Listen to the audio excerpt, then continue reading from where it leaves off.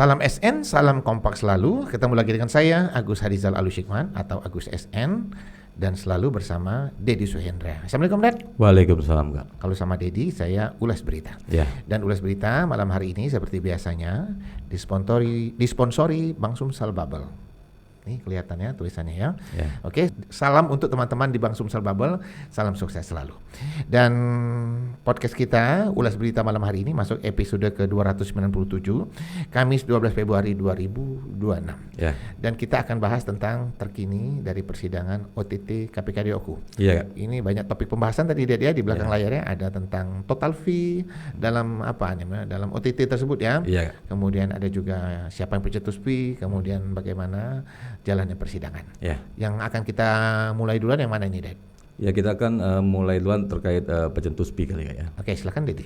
Ya, Kak, pada persidangan lanjutan terkait OTT dugaan korupsi fee proyek Pokir DPRD pada pengadaan barang dan jasa di Dinas PUPR Oku tahun 2024-2025 untuk ketok palu APBD Oku tahun anggaran 2025, Kak, ya. Jaksa penuntut umum KPK menghadirkan saksi yang merupakan terpidana di perkara tersebut, di perkara jilid 2 maksudnya, Kak, ya.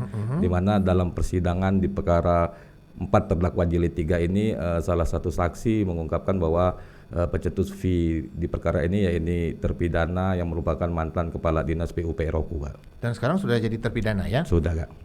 Ponisnya berapa tahun, Dad? Untuk mantan kepala dinas PUPR Oku tersebut diponis oleh Majelis Hakim Tipikor Palembang, Kak, ya, 5 tahun penjara, Kak. Oke, balik lagi ke persidangan ya. Hakim yang memimpin siapa, Dan? Ya, Kak, untuk Majelis Hakim dalam persidangan di Pengadilan Tipikor Palembang tersebut, Ketua Majelis Hakimnya Fauzi Izra SMH didampingi oleh Hakim Anggota Ardian Angga SMH dan Haji Hoiri Ahmadi SMH. Oke, biar lengkap, Jaksa KPK yang hadir siapa, Den? Ya, tim Jaksa KPK terdiri dari tim, Kak, ya, di mana salah satunya Rahmat Irwan, Kak. Oke, apa yang menarik dari jalannya persidangan tersebut yang Dedi amati? Ya, dalam persidangan tersebut saksi yang merupakan terpidana dari anggota DPRD Oku, Kak, ya, mengungkapkan bahwa ada pertemuan di salah satu restoran di Batu Raja Oku, Kak, ya. Menurut saksi dalam pertemuan tersebutlah mantan Kadis PUPR Oku menyampaikan bahwa terkait fee dalam perkara ini ya ini 17% hingga 20%, Kak. Oh, di sana ya terungkap ya. Dan untuk penonton SN yang penasaran dengan berita yang kita ulas malam hari ini, Dedi ya, berita yang kita ulas ini sudah ada di koransn.com dan jejaknegeriku.id ya. Untuk lengkapnya silakan klik koransn.com dan jejaknegeriku.id. Jalannya persidangan bagaimana, Dedi? Jalan persidangan berjalan lancar, Kak, ya. Namun di dalam persidangan penuh dengan keluarga 4 terdakwa dan juga tim kuasa hukumnya, Kak. Saya sendiri sebagai pemimpin redaksi sempat ke pengadilan negeri ya, Dedi ya. Tapi tidak bisa masuk ya karena ruangan sangat terbatas ya. Dan kursi pengunjung atau kursi tamu juga terbatas. Kemudian persidangan terbuka untuk pers ya? Ya, persidangan terbuka untuk umum dan pers, Kak. Oke, dan saya juga sempat ketemu dengan teman-teman pers ya, teman-teman wartawan yang meliput, dan lumayan banyak ya teman-teman yang meliput dan sangat antusias meliput update terkini dari persidangan OTT KPK di Oku ini. Kemudian kita ulas sedikit ya bahwa jalannya persidangan sudah cukup panjang, Ded, ya. Cukup panjang, Kak. Tidak dihitung oleh Dedi ya. Ya, di perkara ini kan ada persidangan jilid 1 yang 2 terdakwa sudah diponis, Kak, ya. Kemudian 4 terdakwa jilid 2 yang sudah diponis dan sekarang sedang berjalan ya ini 4 terdakwa yang merupakan jilid 3 di perkara ini, Kak. Dan kita tidak menutup kemungkinan ada dari keterangan jaksa KPK itu akan ada jilid berikutnya, Ded, ya? Ya, Kak, Ketua Tim JPU KPK Takdir, Kak, ya, saat diwawancarai wartawan di Pengadilan Negeri Palembang mengungkapkan bahwa tidak menutup kemungkinan kedepannya akan ada jilid-jilid berikutnya, Kak. Oke, dan untuk penonton Lesa SN ketahui bahwa setiap persidangan update dari OTT KPK Oku ini selalu ada kejutan-kejutan, Ded, ya? Iya, Kak. Bahkan sempat ada diperdengarkan rekaman ya. Rekaman, Kak. Rekaman obrolan ya yang disadap KPK ya. Dan beritanya udah kita terbitkan juga, Ded, ya. Sudah, Kak. Di koransn.com dan jejaknegeriku.id. Lanjut ulas berita kita, Ded, ya. Iya. Nah, ini kita penting juga ini mengulas beberapa persidangan sebelumnya, Ded, ya. Iya, Kak. Karena sudah ada jilid 1, jilid 2 dan kita sudah buat berita beberapa ada terdakwa ya.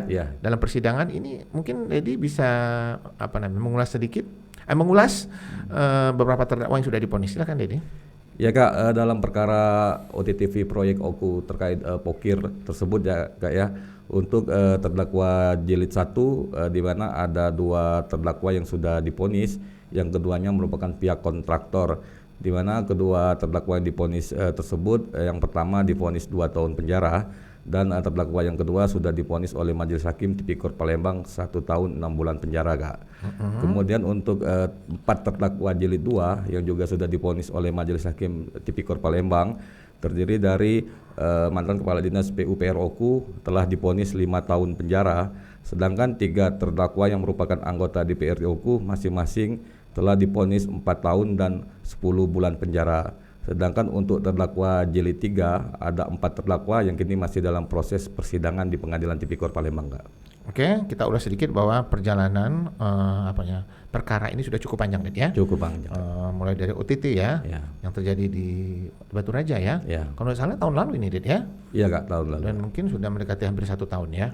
Dan sekarang masuk persidangan ya. Kemudian Dedi ada juga beberapa kali wawancara di balik bukan di persidangan ya, usai persidangan dengan jaksa KPK. Ada tentu poin yang menarik yang Dedi dapatkan dari hasil wawancara tersebut. Di antaranya apa saja, Dedi? Silakan. Ya, Kak, Ketua Tim JPU KPK Takdir, Kak, ya, saat diwawancarai Suara Nusantara ke koran sn.com menjelaskan terkait di perkara ini ada jilid 1, jilid 2 dan jilid 3, Kak, ya.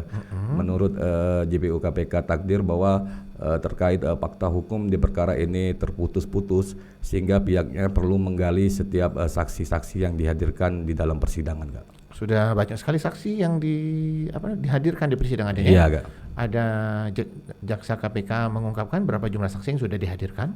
Jaksa KPK sejauh ini belum mengungkapkan jumlah saksi, Kak, ya. Namun diri JPU KPK Rahmat Irwan, Kak, ya, saat diwawancarai di Pengadilan Negeri Tipikor Palembang menegaskan bahwa kedepannya pihaknya masih tetap menggali keterangan saksi untuk 4 terdakwa jilid 3 yang kini sedang dalam proses persidangan, Kak. Oke, berarti akan ada info-info terbaru ya, ada kejutan-kejutan baru ya dalam persidangan-persidangan berikutnya. Ya. Oke, jadi di pembukaan tadi saya sebagai host menyebutkan tentang total fee ya, Kak. yang sempat yang pernah atau sudah diungkapkan oleh KPK ya. Iya, Kak. Apa keterangan dari jaksa KPK tentang total fee ini ya? Silakan. Ya, Kak, Jaksa Penuntut Umum KPK Rahmat Irwan, Kak, ya, usai persidangan di Pengadilan Tipikor Palembang mengungkapkan terkait total jumlah komitmen fee dalam perkara ini, di mana menurut JPU KPK total komitmen fee tersebut yakni 7 miliar, Kak. Oke, penonton Lensa SN, terima kasih atas apresiasi yang begitu tinggi dengan ulas berita Lensa SN. Kita terbitkan ya. Terima kasih atas masukan-masukan yang berharga. Teruslah memberikan masukan-masukan yang yang bagus ya, hingga kita juga dapat memberikan tayangan-tayangan yang berkualitas. Kemudian kita masuk sesi kedua ulas berita ini, Ded, ya. Ini berita yang juga mendapat apresiasi yang begitu tinggi dari penonton Suara Nusantara, edisi cetak, koran sn.com dan jejaknegeri.id. Ya, ini berita tentang perkara dugaan korupsi pembangunan kolam retensi Simpang Bandara Palembang. Kita update dulu keterangan dari Polda Sumsel. Silakan, Dedi. Ya, Kak, keterangan dari Polda Sumsel, Kak, ya, di mana Dirkrimsus Polda Sumsel Kombes Pol Doni Satria Sembiring, Kak, ya, yang diwawancarai Suara Nusantara dan koran SN mengungkapkan bahwa terkait perkara dugaan kasus kolam retensi Simpang Bandara Kota Palembang tersebut, pihaknya masih terus melakukan penyidikan dan tidak ada kata mundur dan maju, katanya, Kak. Oke. Tentang perkembangan perkara ini juga mendapat respon dari mantan Kabar Reskrim ya, Kak. Bapak Susno Duaji, dan sempat berhubungan komunikasi dengan saya selaku pemimpin redaksi ya, Kak. Dan sudah dibuat berita ya, yang terbit di koran sn.com dan jejaknegeri.id. Apa poin yang menarik yang Dedi bisa ambil untuk ulas berita kita malam hari ini? Silakan. Ya, Kak, Pak Susno Duaji menyampaikan, Kak, ya, bahwa perkara dugaan kasus korupsi kolam retensi Simpang Bandara Kota Palembang ini menurut Pak Susno yang merupakan mantan Kabar Reskrim Polri, Kak, ya, bahwa perkara tersebut relatif lebih gampang pembuktiannya, katanya, Kak. Harusnya cepat tuntas, 2 atau 3 bulan saja, mestinya itu sudah terlalu lama, katanya, Kak. Oke, di sela obrolan Pak Susno seringkali mengungkapkan statement-statement yang lain ya. Dan beberapa statementnya sudah kita buat ya, di dalam berita ya. Dan statementnya yang menarik lagi untuk kita ulas malam ini, Dedi, silakan. Ya, Pak Susno, Duaji mengungkapkan bahwa perkara kolam retensi tersebut merupakan proyek pemerintah sehingga gampang untuk mengungkapnya, di mana kata Pak Susno menyampaikan bahwa terkait proyek tersebut ada dokumennya, saksi-saksinya banyak, kemudian terkait kerugian negara bisa minta audit dari BPK atau BPKP, Kak. Oke, terkait perkara ini, sebelumnya Kapolda yang lama ya, Kak. sempat mengatakan bahwa perkara dugaan korupsi ini masuk dalam prioritas ya. Jadi atensi. Oh, jadi atensi ya, kita ralat. Dan apa, Dedi, statement dari Kapolda waktu itu, silakan Dedi, masih ingat? Ya, Kak, Kapolda Sumsel saat press release di Polda Sumsel dalam rangka tutup akhir tahun 2025, Kak ya. Ya, ini Irjen Pol Andirian di jadi SIKMH mengungkapkan bahwa untuk perkara kolam retensi Simpang Bandara Kota Palembang ini menjadi atensi pihaknya karena sudah menjadi perhatian publik, Kak. Oke ya, kita harapkan Polda Sumsel ya dapat membuka tabir perkara ini ya, hingga memberikan jawaban kepada masyarakat Sumatera Selatan ya, karena perkara ini sudah cukup lama ya. Kemudian terima kasih tak terhingga untuk Pak Susno Duaji yang sudah banyak memberikan komentar ya, kepada Suara Nusantara, Koran SN.com dan jejaknegeri.id. Apa statement lain dari Pak Susno yang menarik yang masih Dedi bisa bahas? Silakan. Ya, Pak Susno Duaji berharap Polda Sumsel menuntaskan perkara ini, Kak ya, dan dirinya mengajak seluruh pihak untuk sama-sama mensupport Polda Sumsel agar perkara dugaan kasus korupsi kolam retensi Simpang Bandara Kota Palembang ini tuntas, Kak. Kemudian yang kita tidak lupakan itu komentar Kak Ferry Kurniawan ya, Deputi Kamaki Sumsel ya, yang cukup sering ya berkomentar tentang perkara ini, Ded ya. Dan hari ini ada juga komentar ya. Tapi kita simpan dulu yang komentar hari ini ya. Komentar yang sebelumnya yang sudah terbit di koran SN.com dan jejaknegeri.id. Silakan, Dedi. Ya, Kak, Deputi Kamaki Insinyur Ferry Kurniawan, Kak ya, menilai bahwa penyidikan perkara ini sudah cukup lama. Dari itulah Ferry berharap agar Polda Sumsel segera melakukan gelar perkara untuk menetapkan tersangkanya. Karena dikatakan Ferry terkait perkara tersebut audit BPKP-nya sudah ada. Banyak saksi yang telah diperiksa dan penyidik juga telah melakukan pemeriksaan terhadap ahli, Kak. Dan untuk penonton Lensa SN ketahui, saya sebagai pemimpin redaksi itu begitu banyak mendapat apresiasi ya terhadap pembuatan berita ini ya. Karena Koran SN itu running ya membuat berita ini ya. Kadang-kadang dalam suatu pertemuan atau ketemu beberapa rekanan itu banyak yang menanyakan langsung tentang update-nya ya. Dan kita itu tentang update itu tergantung dari Polda Sumsel ya. Karena itu kita menunggu informasi dari Polda Sumsel ya. Kemudian kalau komentar itu kita terima kasih ya. Kepada Pak Susno Duaji, kemudian kepada Kak Ferry Kurniawan, kemudian ada juga sempat Pak Profesor Febrian ya, komentar ya. Tapi ada juga beberapa yang komentar tapi tidak mau dikutip ya. Tapi tetap saya hargai karena ini sebagai masukan yang berharga untuk kita tim redaksi ya, sebagai bahan ya untuk kita membuat berita berikutnya. Oke, Ded ya, cukup singkat ulas berita kita malam hari ini ya. Beberapa poin sudah kita bahas ya. Dan untuk penonton Lensa SN ketahui, berita yang kita bahas itu semuanya sudah kita terbitkan ya. Dan yang masih penasaran, sekali lagi silakan klik koransn.com jejaknegeri.id. Dan seperti biasanya di ujung ulas berita kita ada quotes ya.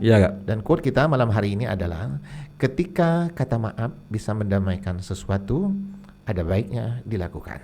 Jangan lupa untuk like, comment, share, dan subscribe kanal YouTube Lensa SN agar informasi menarik dari kanal YouTube ini tetap tersebar merata di bumi Sumatera Selatan. Saya Agus SN bersama Dedi Suhendra, izin pamit. Salam SN, salam kompak selalu.